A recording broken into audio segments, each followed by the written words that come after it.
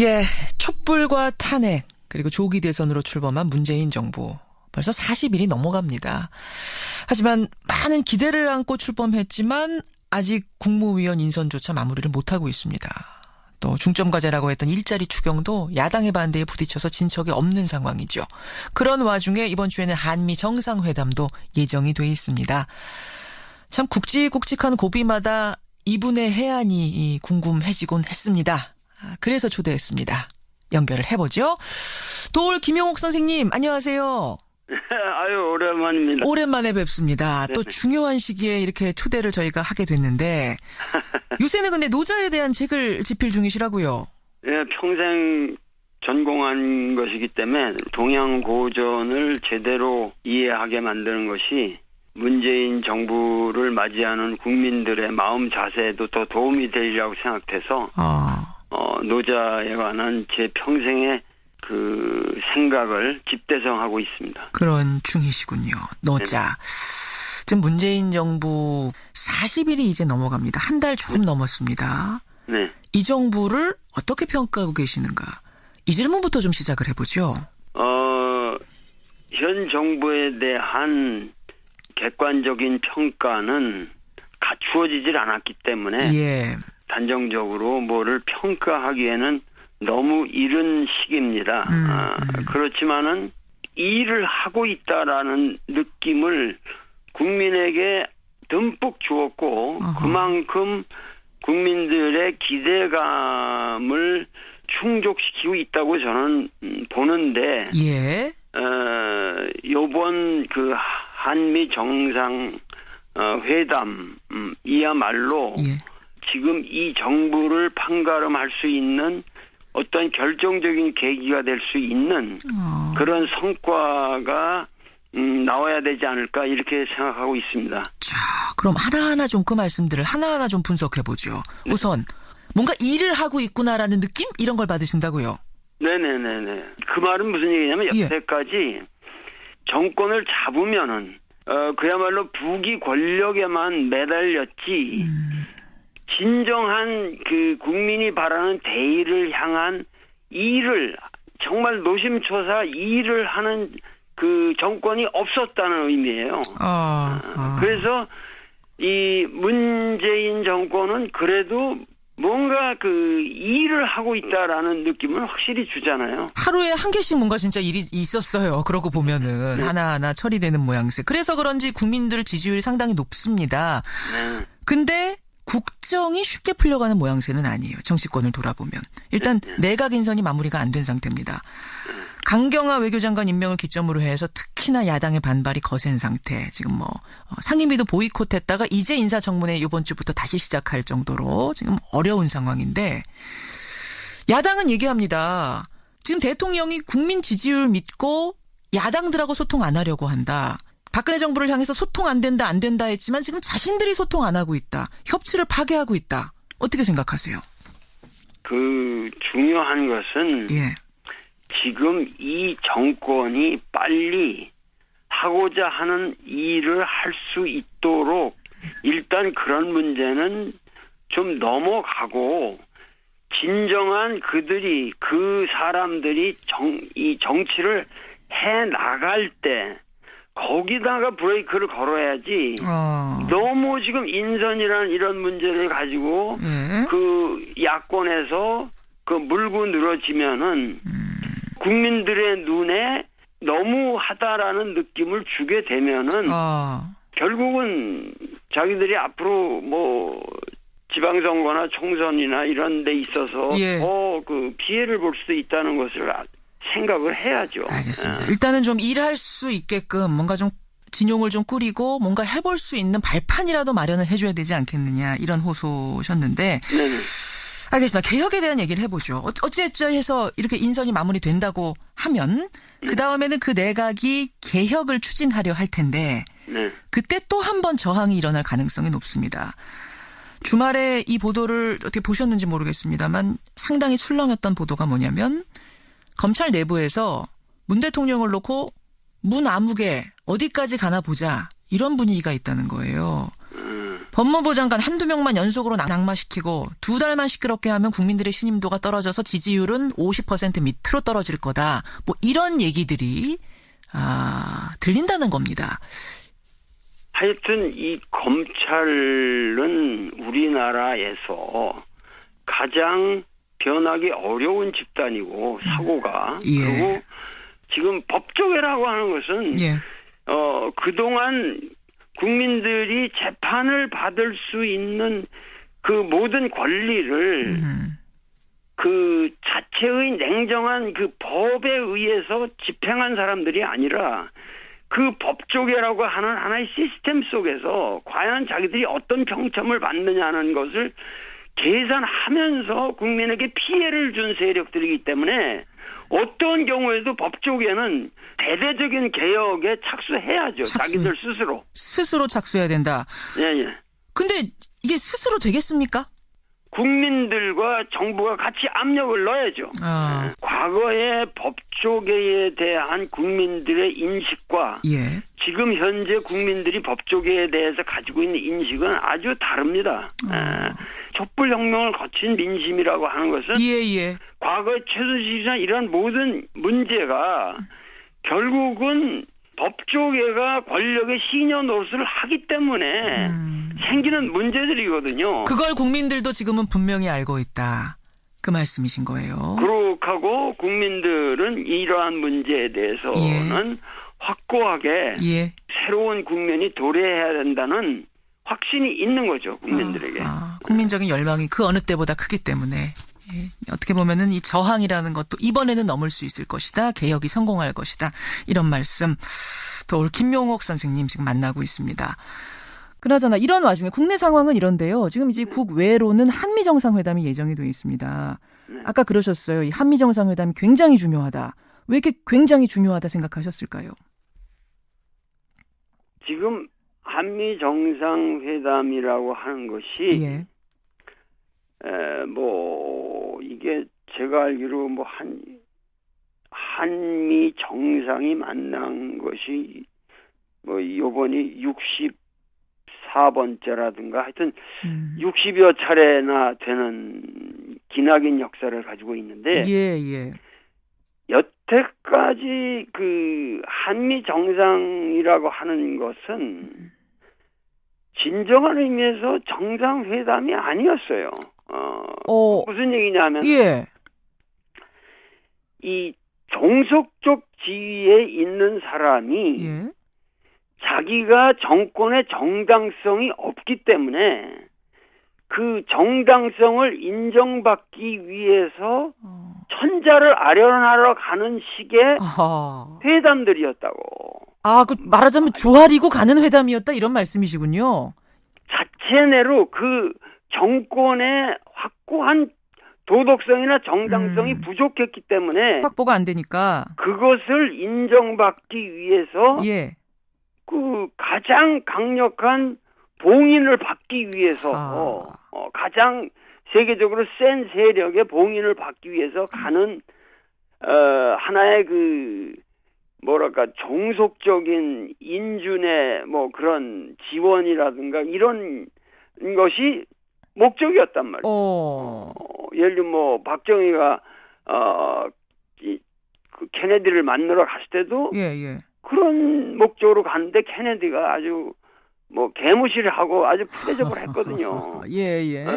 그러고 나서 린든 B 존슨 때나 이제 바뀌고 나서 그 양반 돌아가고 나서 바뀌면서 이제 그 월남 파병 때문에 이제 또 대접 받기도 하고 그러니까 여러 가지 그런 역사를 쭉 놓고 볼 적에 한 번도 뭔가 구체적인 목적을 위해서 뭔가 그 미국이라고 하는 그 대국의 봉인을 받으려고 가는 것이 아니라 뭔가 미국과 해결해야 할 현안이 있고 그것에 대해서 우리가 대등하게 이야기를 해보자라는 자세로 가는 첫 회담이에요, 이거는. 이번에는 어떻게 대등하게 가는 거라고 그렇게 판단하세요? 과거는 아니었는데? 그러니까 벌써 문정인이라는 사람이 가서 예, 예. 얘기한 내용만 봐도 예. 단군이라는 말은 제가 안 쓰겠는데 예. 그 소위 말해서 이성계가 위화도 회군을 어허. 하면서 소국이 대국을 치는 것은 옳지 못하다. 이런 메시지를 내면서 조선조를 개창한 이래 예. 그 아마도 그 대국에 가서 그러한 발언을 정당한 그 민족의 자존심과 그 자주적인 어떠한 입장에서 최소한의 상식적인 발언을 한 유례가 한 번도 없습니다. 그러니까 그러한 것을 미리 가서 얘기하도록 하게 했다는 것은 예, 예.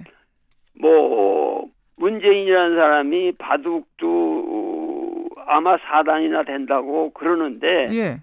결국은 그 정상회담을 향해서 지금 포석을 놓아가고 있다는 거죠. 아, 잠깐만요, 선생님. 그러니까 지금 말씀하신 것 중에 두 가지예요. 하나는 문정인 특보의 그 발언, 지난주 내내 뜨거웠는데 여러 논란, 찬반 논란도 있고, 김 선생님 보시기에는, 도올 선생님 보시기에는 역사상 유례가 없이 잘 된 거다. 일단 이런 평가를 내리시는 거고.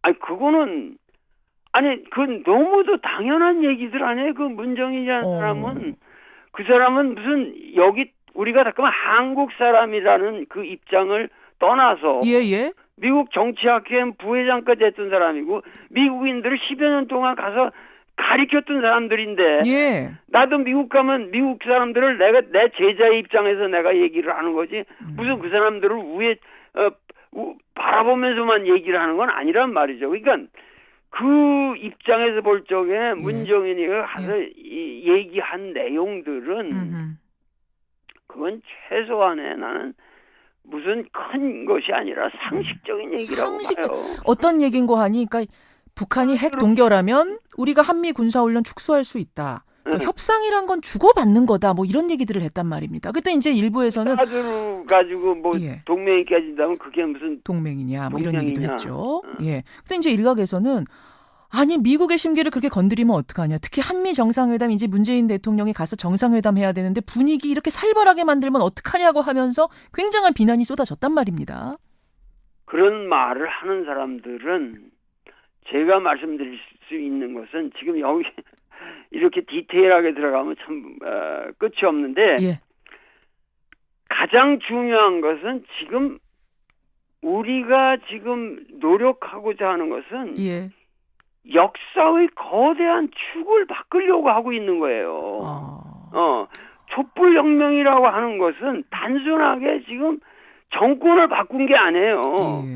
여태까지 우리가 살아왔던 방식을 근원적으로 변해야만 우리가 살 길이 있다고 하는 새로운 각성이 국민에게서 싹튼 겁니다. 그 가장 중요한 것은 우리가 이 대북 관계만 해도 남북 관계만 해도 우리가 이러한 문제에 대해서 보다 그 자각적으로 주체적으로 우리 스스로 문제를 해결해야만 하겠다고 하는 생각이 국민들에게 생겨나기 시작한 거고 이러한 문제들을 그 미국에 의존해서만 해결할 수 있는 건 아니다. 그러니까 결국은 그 문정인을 비판하는 사람들의 멘탈리티는 한미 동맹을 정당한 대등한 관계에서의 한미 동맹을 얘기하는 게 아니라 어떻게 하면은 우리가 정말 대미 종속을 잘할 수 있느냐 하는 그런 고민을 하는 사람들이에요. 그 사람들은 한국 사람이 아니라 그냥 미국 천민들이에요. 미국 천민들이에요. 아니 근데 이제 현실적으로는 어쨌든 우리가 좀 그 미국에 상당히 종속돼 있는 게 현실 아니겠느냐 하는 이제 상당히 현실적인 이야기들을 그분들은 하시는 거 아닐까요? 지금 우리나라는 전 세계적으로 경제적인 지표만 봐도 10위권에 뭐 그런 10위권 주변에 있는 나라고 이 과학기술이라든가 우리가 새로운 신기술을 개발하고 뭐 IT라든가 이런 여러 가지 지금 이 객관적인 통계에는 우리나라가 5위 아닙니다. 5위. 그러니까 이 나라가 결코 이렇게 어려운 상황에서도 이 자리까지 왔다고 하는 것은 예. 세계적인 그 국가의 반열이 들 수 있는 훌륭한 나라일 뿐만 아니라 예. 미국에 있어서는 우리가 한미 동맹이라는 것을 우리 측에서만 생각할 것이 아니라 예. 미국 측에서 만약에 이 동아시아에서 한국이라고 하는 이 위대한 우방이 없으면 미국은 존재하지도 않아요. 이 시대에서 미국은 족보가 없는 나라가 되는 거예요. 그만큼 한국은 위상이 크고 그러기 때문에 그러한 데 대한 자부감을 가지고 그거를 지렛대로 해서 미국과 협상을 우리는 할 충분한 이유가 있습니다. 충분한. 우리가 그동안 너무 스스로 위축돼 있었던 걸까요? 너무 자신감이 없었던 걸까요? 위축될 정도가 아니라 예.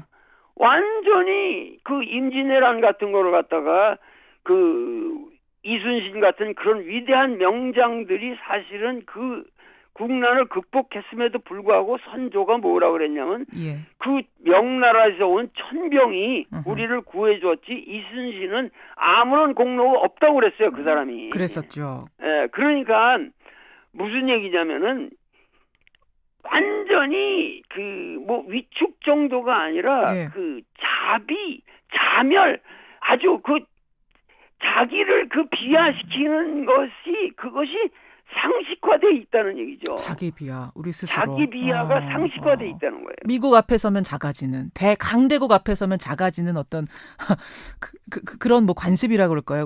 우리의 관성이 지금까지도 남아 있는 것. 이거를 지금은 털 때가 됐다고 보세요. 촛불을 계기로 털 때가 됐다고 보시는 거예요. 털어야만 되고 그리고 이 남북 문제라는 것을 우리 스스로 그 좌표를 설정해서 예. 차곡차곡 어떠한 목표를 향해서 나아감으로써 예.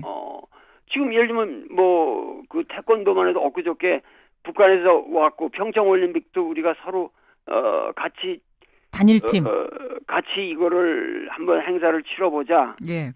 이런 것들이 얼마나 아름답고 좋은 얘기입니까? 그러니까 이런 모든 것들이 새로운 국면이 벌어지고 있는데 예.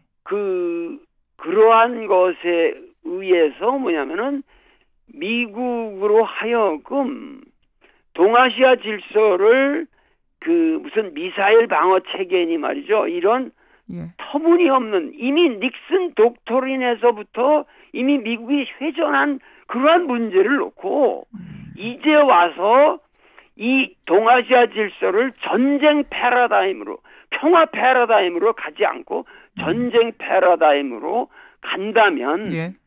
그것은 미국의 불행이다. 이것을 우리가 가서 설득을 시켜줘야죠. 설득을 시켜줘야 되는 그런 의미에서 아주 중요한 정상회담이다. 강조를 하셨단 말씀이군요. 네네. 아까 그러셨어요. 문정인 특보의 그 발언 굉장히 잘한 거고 또 청와대와 교감을 했다고 아까 문재인 대통령의 포석이라고 하셨는데 교감했다고 보시는 거예요? 네, 그건 당연히 하고 간 거죠. 청와대는 아니라고 선을 긋긴 했습니다만. 그거는 다 한 거예요. 한 거고 예. 그 문정인이라는 사람은 상식적인 발언을 한 거예요. 상식적인 발언. 그 정도는 그 사람의 학문적 감각이나 예. 상식적인 그 사람의 지식 범위에서 볼 적에 예. 전혀 이 정치적인 발언이라고까지도 말할 여지도 없는 그저 그냥 상식적인 얘기예요. 이걸로 인해서 오히려 정상회담이 꼬이거나 미국이 우리를 더 안 좋게 보거나 뭐 이럴 가능성은 없다고 보세요. 오히려 득이 되면 득이 됐지 해는 안 될 거라고 보세요. 당연하죠. 그것은 이 맹자에 그런 말이 있습니다. 그 맹자가 이제 굉장한 왕후장상들을 많이 만나면서 댕긴 사람 아니에요. 예. 그런데 그 하는 말이 세대인 즉 묘지하라라는 말이 있는데 그건 무슨 얘기냐면 뭡니까? 나보다 큰 위대하게 보이는 그런 권세 등등한 왕후 장상들을 만날 때는 예. 우선 그들을 좀 깔보는 것이 좋다. 오히려. 예, 그들을 왜냐하면 예. 그들은 맹자에 말하면은 그들은 어디까지나 그들이 지향하는 목표는 패권이고 예. 패도고 나는 선현의 입장에서 왕도를 구현하기 위해서 공자가 말한 인정을 구현하기 위해서 그 여민동락하는 것을 지상의 과제로 삼는 사람이고 그러기 때문에 그들이 지향하는 모든 가치관은 네.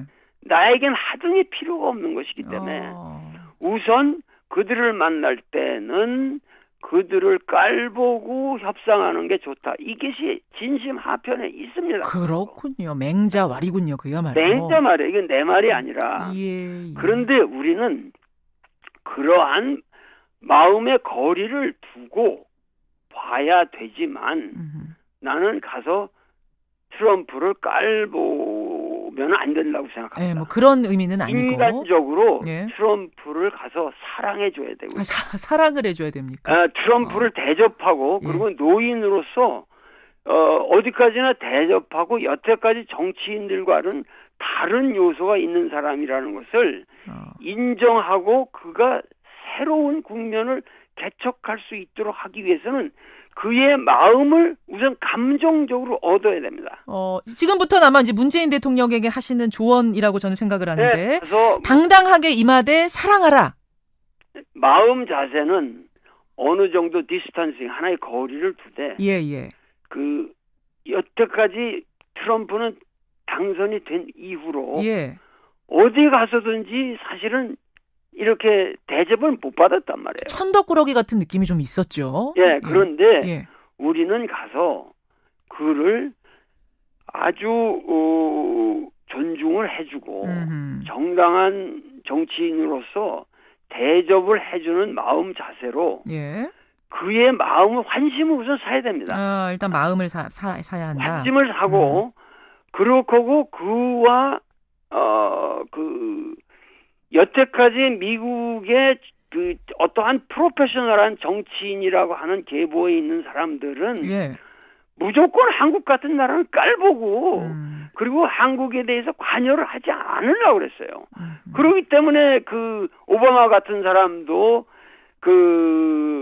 전략적 인내니 이런 말로 한국 문제는 완전히 개무시한 거예요. 예. 그 윈비어 문제만 해도 얼마든지 그 오바마 정권 때 조금 더 관심을 가지고 해결했으면 해결될 수도 있었던 문제. 다 그것이 전략적 인내라는 측면에서 다 넘어간 거예요. 예. 그렇기 때문에 그러한 의미에서 새로운 관여 정책을 하겠다고 나온 것은 상당히 우리로 볼 때는 좋은 일이고 단지 트럼프가 그 관여라고 하는 의미가 예.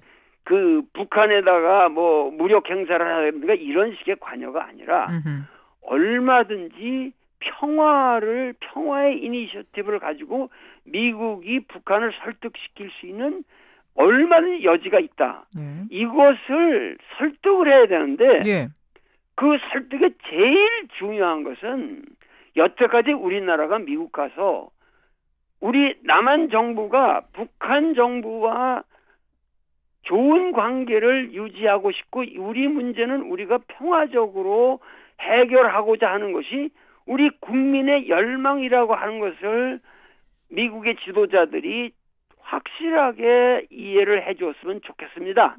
라는 입장을 표명한 적이 단 한 번도 없었어요. 예. 단 한 번도 없었기 때문에 그런 것만을 표명을 하는 것만 해도 트럼프 입장에서는 한국민이 이런 방향으로 원한다면 우리도 새로운 카드를 가지고 더 기발한 그러한 협상이라든가 새로운 국면을 만들어서 전 세계를 이롭게 할 수가 있다.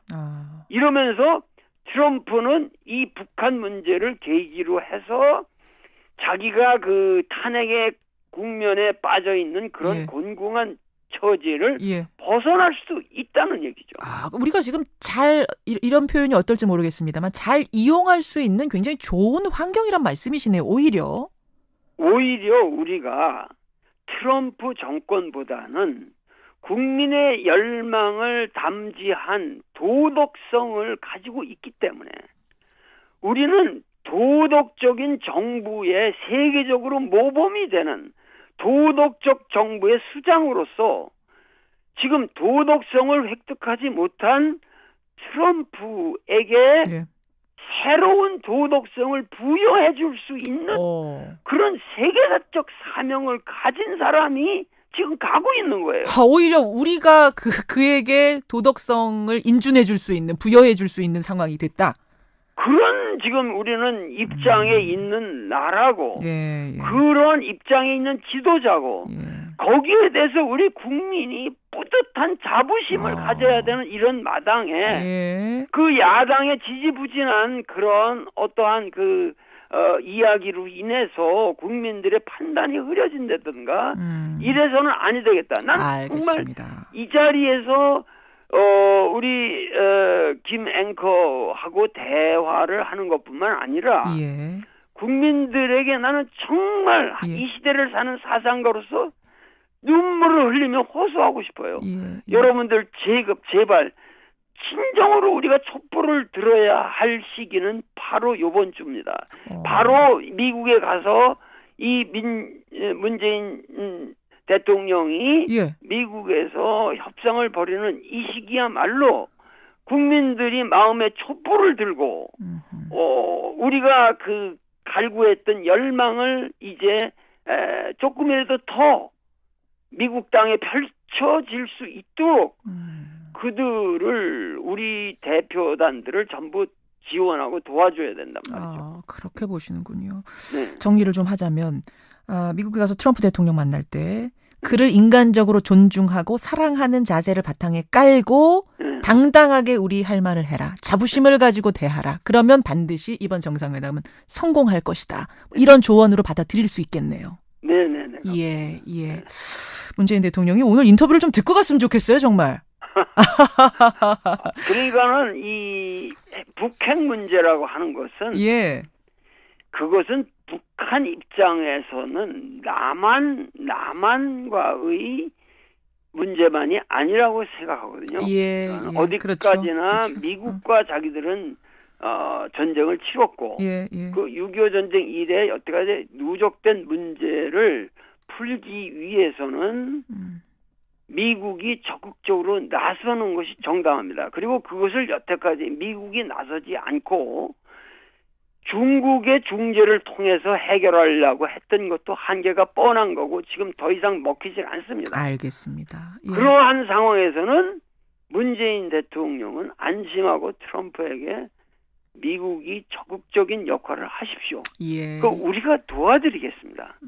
그렇게 해서 북미 관계를 우선 정상화시키는 방향으로 노력을 하시면 그러면은 동아시아의 새로운 질서가 태동하게 되고 그러면 EU나 모든 국가들이 트럼프 대통령을 이전의 트럼프가 아닌 위대한 이 세계의 지도자로 바라볼 것입니다. 알겠습니다.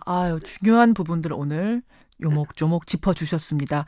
여기까지 오늘은 말씀을 듣도록 하죠. 노자 책 집필 마무리 잘 하시길 바라고요. 또 책 나오고 나서 한 번 더 인터뷰 부탁드리겠습니다. 네네. 예. 감사합니다. 건강하시고요. 고맙습니다. 네네. 예. 돌 김용옥 선생님이었습니다. 지금 한미 정상회담이라고 하는 것이 예. 이게 제가 알기로 한미 정상이 만난 것이 요번이 64번째라든가 하여튼 60여 차례나 되는 기나긴 역사를 가지고 있는데 예. 여태까지 그 한미 정상이라고 하는 것은 진정한 의미에서 정상회담이 아니었어요. 무슨 얘기냐면 예. 이 종속적 지위에 있는 사람이 예.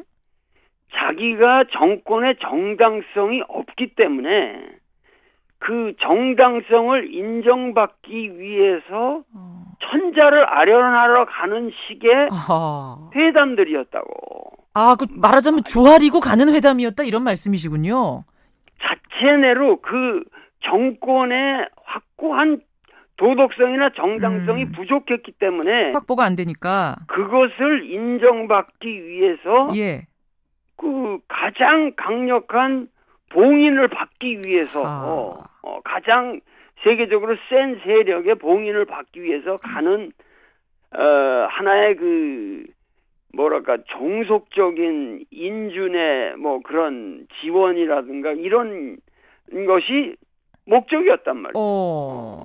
예를 들면 뭐 박정희가 그 케네디를 만나러 갔을 때도 예. 그런 목적으로 갔는데 케네디가 아주 뭐 개무시를 하고 아주 푸대접을 했거든요. 예. 그러고 나서 뭐 린든 B 존슨 때나 이제 바뀌고 나서 그 양반 돌아가고 나서 예. 바뀌면서 이제 그 월남 파병 때문에 이제 또 대접 받기도 하고 뭐 그러니까 여러 가지 그런 역사를 쭉 놓고 볼 적에 예. 한 번도 뭔가 구체적인 목적을 위해서 그 뭔가 그 미국이라고 하는 그 대국의 봉인을 받으려고 그야말로 부귀 권력에만 매달렸지 진정한 그 국민이 바라는 대의를 향한 일을 정말 노심초사 일을 하는 그 정권이 없었다는 의미예요. 그래서 이 문재인 정권은 그래도 뭔가 그 일을 하고 있다라는 느낌을 확실히 주잖아요. 하루에 한 개씩 뭔가 진짜 일이 있었어요. 그러고 보면은 하나하나 처리되는 모양새. 그래서 그런지 국민들 지지율이 상당히 높습니다. 근데 국정이 쉽게 풀려가는 모양새는 아니에요. 정치권을 돌아보면. 일단 내각 인선이 마무리가 안 된 상태입니다. 강경화 외교장관 임명을 기점으로 해서 특히나 야당의 반발이 거센 상태. 지금 뭐 상임위도 보이콧했다가 이제 인사청문회 이번 주부터 다시 시작할 정도로 지금 어려운 상황인데 야당은 얘기합니다. 지금 대통령이 국민 지지율 믿고 야당들하고 소통 안 하려고 한다. 박근혜 정부를 향해서 소통 안 된다 했지만 지금 자신들이 소통 안 하고 있다. 협치를 파괴하고 있다. 어떻게 생각하세요? 그 중요한 것은 지금 이 정권이 빨리 하고자 하는 일을 할 수 있도록 일단 그런 문제는 좀 넘어가고 진정한 그들이 그 사람들이 이 정치를 해 나갈 때 거기다가 브레이크를 걸어야지. 너무 지금 인선이라는 이런 문제를 가지고 그 야권에서 그 물고 늘어지면은 국민들의 눈에 너무하다라는 느낌을 주게 되면은 결국은 자기들이 앞으로 뭐 지방선거나 총선이나 이런 데 있어서 그 피해를 볼 수도 있다는 것을 생각을 해야죠. 알겠습니다. 일단은 좀 일할 수 있게끔 뭔가 좀 진용을 좀 꾸리고 뭔가 해볼 수 있는 발판이라도 마련을 해줘야 되지 않겠느냐 이런 호소셨는데 네네. 알겠습니다. 개혁에 대한 얘기를 해보죠. 어찌해서 이렇게 인선이 마무리된다고 하면 그 다음에는 그 내각이 개혁을 추진하려 할 텐데 그때 또 한 번 저항이 일어날 가능성이 높습니다. 주말에 이 보도를 어떻게 보셨는지 모르겠습니다만 하는 것이 아니라 뭔가 미국과 해결해야 할 현안이 있고 그것에 대해서 우리가 대등하게 이야기를 해보자라는 자세로 가는 첫 회담이에요, 이거는. 이번에는 어떻게 대등하게 가는 거라고 그렇게 판단하세요? 과거는 아니었는데? 그러니까 벌써 문정인이라는 사람이 가서 얘기한 내용만 봐도 단군이라는 말은 제가 안 쓰겠는데 그 소위 말해서 이성계가 위화도 회군을 하면서 소국이 대국을 치는 것은 옳지 못하다. 이런 메시지를 내면서 조선조를 개창한 이래. 그 아마도 그 대국에 가서 그러한 발언을 정당한 그 민족의 자존심과 그 자주적인 어떠한 입장에서 최소한의 상식적인 발언을 한 유례가 한 번도 없습니다. 그러니까 그러한 것을 미리 가서 얘기하도록 하게 했다는 것은 뭐 문재인이라는 사람이 바둑도 아마 4단이나 된다고 그러는데 결국은 그 정상회담을 향해서 지금 포석을 놓아가고 있다는 거죠. 아, 잠깐만요, 선생님. 그러니까 지금 말씀하신 것 중에 두 가지예요. 하나는 문정인 특보의 그 발언, 지난주 내내 뜨거웠는데 여러 논란, 찬반 논란도 있고. 김 선생님 보시기에는, 도올 선생님 보시기에는 역사상 유례가 없이 잘 된 거다. 일단 이런 평가를 내리시는 거고. 그거는 그건 너무도 당연한 얘기들 아니에요. 그 문정인이라는 사람은, 그 사람은 무슨 여기 우리가 잠깐만 한국 사람이라는 그 입장을 떠나서 미국 정치학회 부회장까지 했던 사람이고 미국인들을 10여 년 동안 가서 가르쳤던 사람들인데 나도 미국 가면 미국 상당히 출렁였던 보도가 뭐냐면 검찰 내부에서 문 대통령을 놓고 문 아무개 어디까지 가나 보자 이런 분위기가 있다는 거예요. 법무부 장관 한두 명만 연속으로 낙마시키고 2달만 시끄럽게 하면 국민들의 신임도가 떨어져서 지지율은 50% 밑으로 떨어질 거다. 뭐 이런 얘기들이 들린다는 겁니다. 하여튼 이 검찰은 우리나라에서 가장 변하기 어려운 집단이고 사고가 그리고 지금 법조계라고 하는 것은 그동안 국민들이 재판을 받을 수 있는 그 모든 권리를 그 자체의 냉정한 그 법에 의해서 집행한 사람들이 아니라 그 법조계라고 하는 하나의 시스템 속에서 과연 자기들이 어떤 평점을 받느냐는 것을 계산하면서 국민에게 피해를 준 세력들이기 때문에 어떤 경우에도 법조계는 대대적인 개혁에 착수해야죠. 자기들 스스로 착수해야 된다. 근데 이게 스스로 되겠습니까? 국민들과 정부가 같이 압력을 넣어야죠. 과거의 법조계에 대한 국민들의 인식과 지금 현재 국민들이 법조계에 대해서 가지고 있는 인식은 아주 다릅니다.